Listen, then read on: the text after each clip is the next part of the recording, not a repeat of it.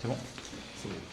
Monsieur Grivel, maire de Messin et président de la communauté de communes de Moselle-Madon, bonjour. Bonjour. En quelques mots, pouvez-nous brosser votre vie privée et vie professionnelle? Alors, en quelques mots, ça va être difficile, mais d'abord, il ne s'agit pas d'une vie professionnelle, mais bon, d'une vie publique, puisque j'ai cessé toute activité professionnelle pour me consacrer à mes mandats d'élu, de maire et de président de la communauté de communes. J'ai été élu président en 2001. Et donc j'ai cessé de travailler, d'avoir une activité salariée à partir de janvier 2003, après avoir travaillé à mi-temps pendant quelques temps. J'étais responsable au niveau d'un service de ressources humaines et bon, ça me paraissait difficilement compatible de continuer à travailler tout en exerçant mes mandats.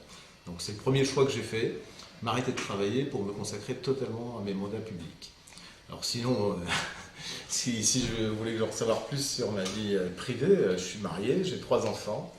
Et j'ai 3 enfants qui sont d'ailleurs en pleine réussite, hein, de grands enfants et une petite de 12 ans, la dernière, qui est au collège ici à Neuve-Maison.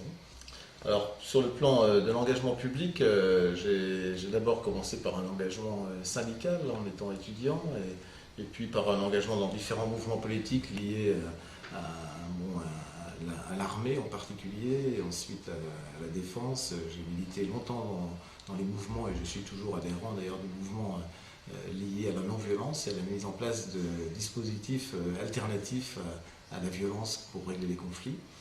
Et puis politiquement, je me suis engagé dans un parti politique, au Parti Socialiste, assez tard d'ailleurs, en 1994, à partir du moment où j'ai senti que c'était important localement de pouvoir avoir une présence politique plus affirmée. Et c'est sans doute ce qui m'a permis d'être élu maire en 1995, alors que je suis conseiller municipal depuis 1989. Donc c'est mon 3e mandat municipal, mon 2e comme maire. La communauté de communes n'est pas connue vraiment par tout le monde, par le français moyen, si je puis dire. Est-ce que vous pouvez nous expliquer un peu quel est le rôle de la communauté de communes et quel est son rôle donc présent et surtout son rôle à venir? Alors déjà, c'est pas anormal que nos concitoyens aient du mal à se repérer dans les différentes organisations administratives de la République. Le premier niveau que les gens connaissent bien, c'est celui de la commune. Donc, bon, je dirais qu'aujourd'hui, sur notre bassin, la communauté de communes, elle a surtout pour objectif, et comme partout en France d'ailleurs, de gérer l'économique, hein, de favoriser le développement économique en développant des zones d'activité, l'accueil d'entreprises. C'est la première des missions. La deuxième mission, c'est l'aménagement du territoire. Donc c'est essayer de coordonner un petit peu l'occupation du sol sur les différentes communes et faire en sorte qu'on ait des infrastructures, donc ça c'est le rôle aussi de la communauté de communes. Et puis il y a des compétences facultatives. Donc pour ce qui nous concerne, nous on a un certain nombre de compétences dans le domaine de la culture, on gère la piscine, on gère quelques services, donc bibliothèques, les réseaux de bibliothèques, on gère les ordures ménagères, ça c'est tout ce qui touche à l'environnement, donc l'enlèvement des ordures ménagères, le tri sélectif, tout ça, ça rentre dans les compétences de la communauté de communes. Dans ce cas-là, si la communauté de communes prend autant d'importance, pourquoi pas ne supprimer purement et simplement les communes? Ah, vieux débat, vieux débat. Je pense qu'il y a au sein des élus, ce débat existe depuis longtemps. Ce qui est difficile, je dirais, c'est d'avoir à la fois un niveau, au niveau des communes où on a des élections au suffrage universel direct, et un niveau intercommunal où aujourd'hui le suffrage n'est pas, enfin l'élection n'est pas au suffrage universel direct, puisque c'est une élection au second degré. Ce sont les conseils municipaux qui désignent les élus communautaires. Donc je crois que ça n'aide pas à la lisibilité des choses et à la compréhension des choses. Bon, pourquoi faudrait-il qu'on conserve 2 niveaux? Moi, personnellement, je ne suis pas un fervent défenseur de la commune. Je pense quand même qu'il y a des compétences et des dossiers qui ne peuvent se gérer qu'en proximité. Tout ce qui est lié à l'animation, à la vie associative, aux aspects sociaux, une bonne partie des aspects sociaux, tout ça, je crois qu'il faut être dans un échelon de proximité et c'est le rôle des communes. Par contre, tout ce qui est service, comme l'enlèvement des ordures ménagères, le tri sélectif, l'alimentation en eau, l'assainissement, ça fait partie aussi de nos compétences. Tout ça, ce sont des dossiers qui méritent d'être traités à une bonne échelle et je crois que la communauté de communes est beaucoup plus adaptée que la seule commune pour gérer cela, ne serait-ce que pour des raisons simples. Passer un marché public pour remettre des kilomètres de tuyaux d'assainissement qui relient les différentes communes à la station d'épuration, si chaque commune devait le faire, on serait obligé d'attendre 50 ans que toutes les communes aient les moyens de le faire. Ces propos viennent renforcer le fait que les communes, à terme, pourraient être supprimées sans avoir un gros changement sur la vie des gens et même une économie en termes de dépenses. Oui, on peut le penser, mais je crois que, je pense qu'il ne faut pas en parler en termes de suppression, il faut en parler en termes d'évolution des missions. Mais en revanche, je pense qu'il faut aussi que les concitoyens sachent que quand ils désignent certains d'entre eux pour assumer des missions publiques, ils savent qu'ils ont désigné des gens qui vont effectivement défendre l'intérêt public. Et ça, je dirais qu'aujourd'hui, ce n'est pas complètement garanti dans chaque commune. Monsieur Thomas, maire de Paray, s'inquiète fortement sur l'avancement du dossier du retraitement des boues d'épuration dont le site sera sur sa commune.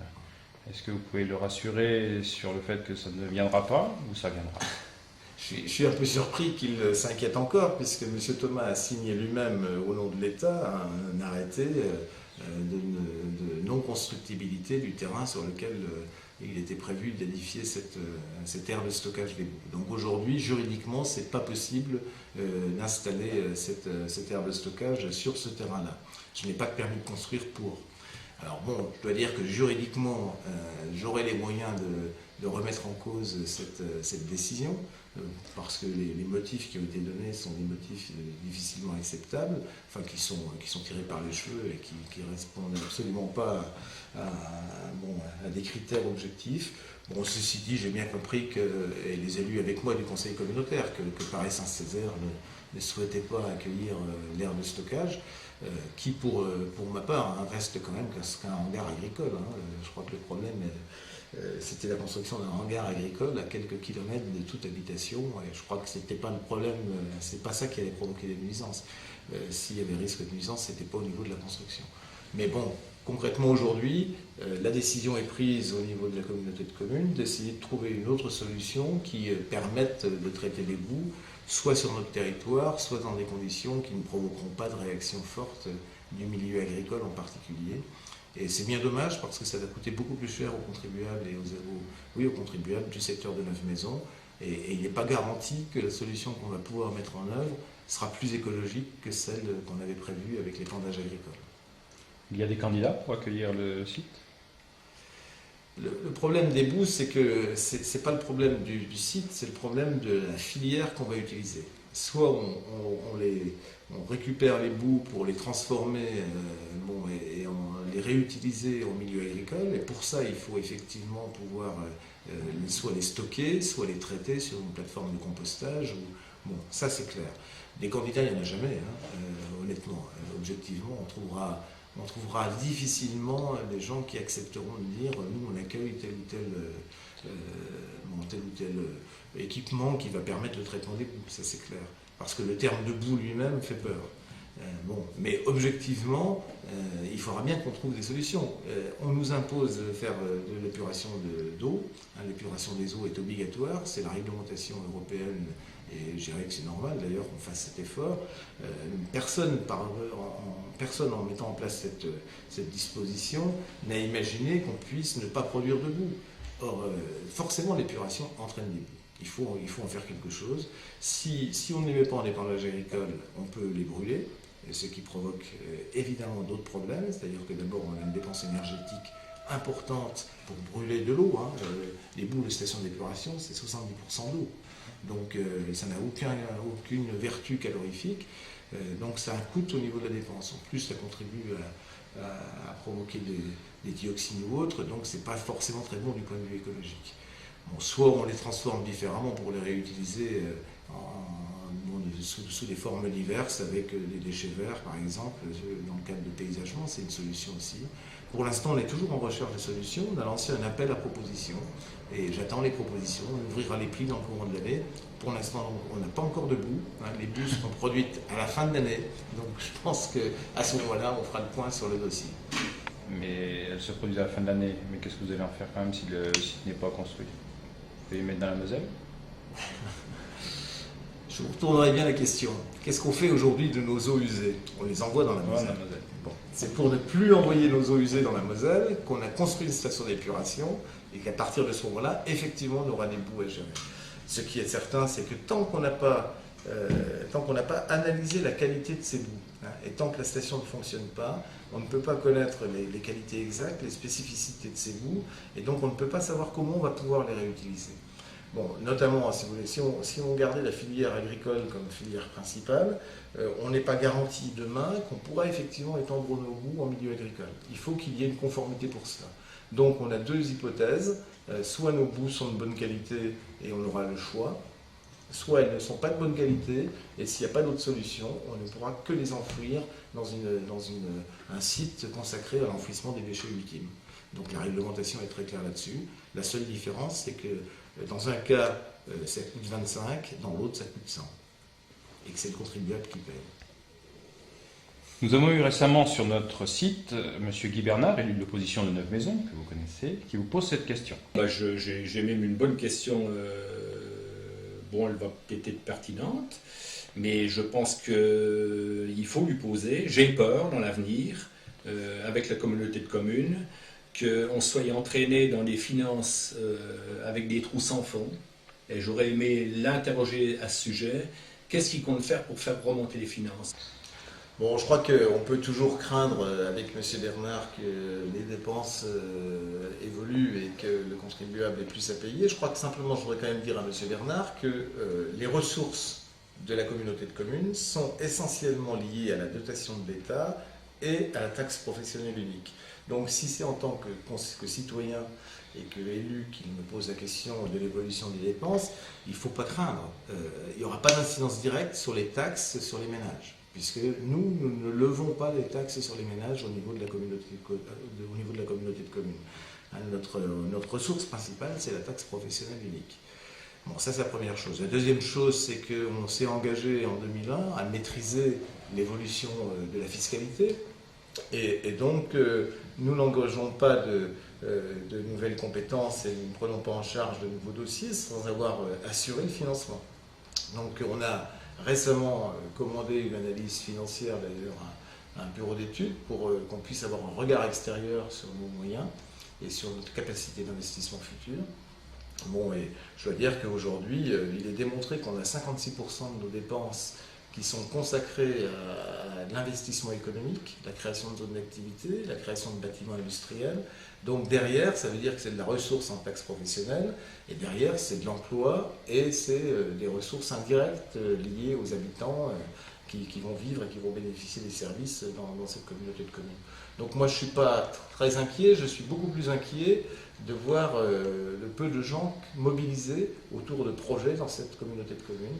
Et je dois dire que je compte sur l'opposition pour aiguiller un peu les élus, pour que nous ayons un maximum de propositions et de projets. Nous sommes dans une dynamique de projets, je ne suis pas sûr que les projets viennent de l'opposition aujourd'hui. Maintenant, c'est au maire de Messin que je m'adresse. Vous êtes maintenant à la moitié de votre mandat. Quel est le projet pour ces 3 prochaines années? Alors, au niveau de la commune, on a un gros projet en cours, c'est la construction du quartier des Coteaux, 150 logements. C'est pas rien, c'est pas seulement le projet du mandat, c'est le projet de 2 mandats d'ailleurs, puisqu'on a commencé les acquisitions foncières sous le mandat précédent. Bon, c'est clair que là, on va voir ce projet se concrétiser puisqu'il est en cours. Les travaux de voies et réseaux divers sont en cours de réalisation et les premières constructions devraient voir le jour sans doute à la fin de l'année, début de l'année prochaine. Donc ça, c'est le gros dossier du mandat. Bon, pour le reste, j'ai bien d'autres projets, mais je ne vais pas tout dire aujourd'hui. D'ailleurs, sur ce projet, le terrain de mémoire, lors de fortes chutes de pluie, est très inondé vers le bas. Ça ne pose pas de problème pour les futurs habitants? Alors, ce n'est pas tout à fait le terrain auquel vous pensez, puisque là où on voit beaucoup d'eau, généralement, c'est un peu plus haut. Hein. Et si on voit beaucoup d'eau, c'est entre autres parce que les agriculteurs qui exploitent ces terrains n'entretiennent pas correctement les fossés, et donc l'eau ne s'écoule pas normalement vers les exutoires qui existent. Bon, mais par ailleurs, c'est vrai quand même on a quand même eu des soucis, enfin on a en tout cas craint quelques problèmes avec ce projet d'aménagement, et donc on a fait faire les études nécessaires, hein, les études de sol, les études hydrologiques. On a des zones qui resteront volontairement non constructibles, qui seront intégrées dans le plan d'aménagement de ce quartier, parce qu'il y a des risques de glissement de terrain, parce qu'il y a des terrains qui sont de moins bonne qualité. Donc, et on a prévu des zones de rétention. On a un bassin de rétention qui a été déjà réalisé d'ailleurs, qu'on peut voir en face de la poissonnerie Chalère. Et puis il y en a un deuxième un peu plus haut, qui permettront donc d'assurer la rétention des eaux en cas de forte pluie et d'orage. Et puis bon, les tuyaux sont dimensionnés de manière telle aussi qu'il n'y ait pas de problème. Bon, je touche du bois quand même, hein. On ne peut pas garantir à 100% qu'on n'aura pas de difficultés. Comme nous sommes dans les travaux, vous avez eu ces années passées la réfection de la rue principale de Messin. Oui. Belle opération d'ailleurs. Et il est dommage que peu de temps après, la route soit réouverte de tous côtés et qu'il y ait des rustines. Il y a eu malfaçon dès le départ ou mauvaise conception? Oh, c'est une conjugaison d'effets. Bon, la première chose, c'est que la voirie n'avait jamais été refaite depuis pratiquement plus de 80 ans, hein, sauf en entretien de surface. Et à telle enseigne que les riverains m'ont demandé de débaptiser la rue et de l'appeler rue de l'Espérance, parce que les plus anciens n'espéraient plus voir des travaux dans cette rue. Donc ça, c'est la première des choses. Ça veut dire que la structure de la chaussée n'a pas été, de mon point de vue, suffisante et n'a pas été refaite d'une manière suffisamment correcte, notamment sur les espaces où on a modifié le tracé de la chaussée. Hein, on a aménagé des îlots centraux, donc on a un peu décentré la chaussée, et puis on a modifié les zones de trottoir. Donc il y a des endroits où la structure de chaussée est insuffisante. Or, dans le programme des travaux, il y avait des travaux intercommunaux d'assainissement, donc assumés par la communauté de communes, des travaux communaux liés à la conduite d'eau potable et liés au réseau d'enfouissement, enfin aux enfouissements de réseaux électriques et téléphones, et puis des réseaux du Conseil général, enfin des travaux du Conseil général pour la réfection de chaussée. Le Conseil général n'a pas souhaité refaire complètement la structure, malgré la demande. Et l'entreprise qui a réalisé les travaux n'a peut-être pas suffisamment compacté à certains endroits, d'où des problèmes de malfaçon. Et d'où les reprises que vous avez vues. Bon, moi, j'étais le premier, évidemment, à râler. Hein. J'aurais préféré qu'on ne retouche pas à cette voirie pendant plusieurs années. Puis le dernier problème, c'est qu'on a voulu, enfin j'ai souhaité, moi, éviter le transit des poids lourds par les communes. Mais pour cela, il fallait mettre en place une réglementation, des panneaux de signalisation et faire respecter. Or, aujourd'hui, c'est bien difficile de... Bon, à l'époque, déjà, on pouvait difficilement faire dévier les poids lourds parce qu'on n'avait pas une voie d'accès sur la Saône en particulier. Donc, du coup, l'utilisation de poids lourds tout de suite derrière la réfection, ça a aggravé les petits problèmes qu'on a rencontrés. Vous êtes partie prenante de la création d'un pays sud-ouest Meurthe-Mosellan. Est-ce que vous pouvez nous en dire quelques mots? Oui, alors, très rapidement, on a parlé tout à l'heure des communes et de la communauté de communes. Sur l'approche qu'on peut avoir de l'aménagement du territoire, des grandes infrastructures, de la vocation de certains espaces à accueillir de l'habitat, de l'économique ou autre, il est intéressant et important de regarder ce qui se passe à côté de chez soi, quoi, et de ne pas rester uniquement à l'intérieur de ces petites frontières. Donc, dans ce contexte-là, on a, je dirais, presque l'obligation de regarder du côté de la communauté urbaine du Grand Nancy et du côté des zones rurales qui nous entourent. Donc, on a très très rapidement fait l'analyse avec un certain nombre de mes collègues élus que travailler plus en lien avec la communauté urbaine de Nancy, voire aller même jusqu'un jour une extension de la communauté urbaine du Grand Nancy, c'était nous faire perdre un peu notre identité. Notre identité, elle est d'être une zone intermédiaire entre la grande agglomération et les secteurs plus ruraux. Bon, par ailleurs, on a des réalités de vie, d'emploi qui nous sont un peu spécifiques ici, qu'on peut retrouver sur d'autres secteurs. Mais la réalité historique, c'est que les gens du Saintois, par exemple, sont venus travailler régulièrement à Neuve-Maisons à l'époque, la grande époque de la sidérurgie qui employait beaucoup de monde, ou des filatures. Bon, les gens du Toubois aussi, d'ailleurs, venaient également ici. Donc, dans ce contexte-là, on sent qu'on a une histoire un peu commune, même si on a des réalités démographiques différentes, on a des choses à vivre ensemble et à continuer à vivre ensemble. Donc, on s'est rapproché, on essaye en fait de se rapprocher pour réfléchir ensemble aux dossiers qu'on pourrait traiter mieux ensemble. Alors, je dirais que les trois problématiques qui ont été envisagées, les trois thèmes de travail qu'on a développés dans le cadre de cette réflexion, c'est des thèmes qu'on retrouve aussi dans notre projet de territoire de la communauté de communes Moselle et Madon. Les thèmes liés à l'économique, au développement économique, en gros, quels moyens on peut se donner pour vivre ensemble, les thèmes environnementaux, quelle qualité de vie, quel devenir pour nos secteurs dans les années à venir. Et puis la troisième dimension, c'est comment on peut mieux vivre ensemble, quelle cohésion sociale, quelle place pour les enfants, pour les personnes âgées, quel service pour les familles. Donc c'est sur tous ces thèmes-là qu'on pense nécessaire d'y réfléchir à une grande échelle, et donc une échelle d'au moins 50 000 habitants. Donc le Toulois, Colombais, le Saintois et nous, c'est une échelle qui peut paraître pertinente, même s'il y a deux pôles, 9 maisons d'un côté, Toul de l'autre, bon, qui sont reliés par la Moselle depuis longtemps quand même. Que pensez-vous d'une télé locale pour la communauté de communes? Moi, je crois que tout ce qui peut concourir à une meilleure information des gens, à une meilleure communication entre les uns et les autres, tout cela va dans le bon sens. On a aujourd'hui des moyens qui sont, je dirais, classiques, les médias, la presse locale. Je ne suis pas complètement sûr qu'elle soit très lue, et je ne suis pas tellement sûr non plus que tout le monde y trouve son compte. Nous, au niveau des communes et au niveau de l'intercommunalité, on diffuse de plus en plus d'informations aux habitants, souvent avec des supports classiques, des magazines, les 4 pages. Là encore, on n'est pas toujours sûr d'être très lu. On a quand même quelquefois des réactions, mais plutôt des réactions négatives que positives. Encore que, je crois qu'il suffit de se dire, de comparer ce qu'on connaît aujourd'hui, ce qu'on diffuse aujourd'hui avec ce qui était diffusé il y a 10 ans, ou il y a 5 ans même. Je pense que les gens ont vu l'évolution. Moi, j'ai été un des premiers à diffuser dans ma commune des informations très régulières. Maintenant, dans toutes les communes de la communauté de communes, il y a des informations très régulières. Donc ça va dans le bon sens. Je dirais que derrière, c'est vrai qu'on est dans une période où la communication est importante, où les moyens modernes de communication sont essentiels. On va bientôt avoir un espace numérique à Mézières, un espace de formation et de développement de la communication par les moyens actuels. Je pense que ça va dans le bon sens, il faut qu'on rende tout ça accessible à tous, et si ça rentre dans leur foyer par le biais de la télévision, pourquoi pas. Monsieur Grivel, maire et président qui aime les projets, merci et au revoir. Merci.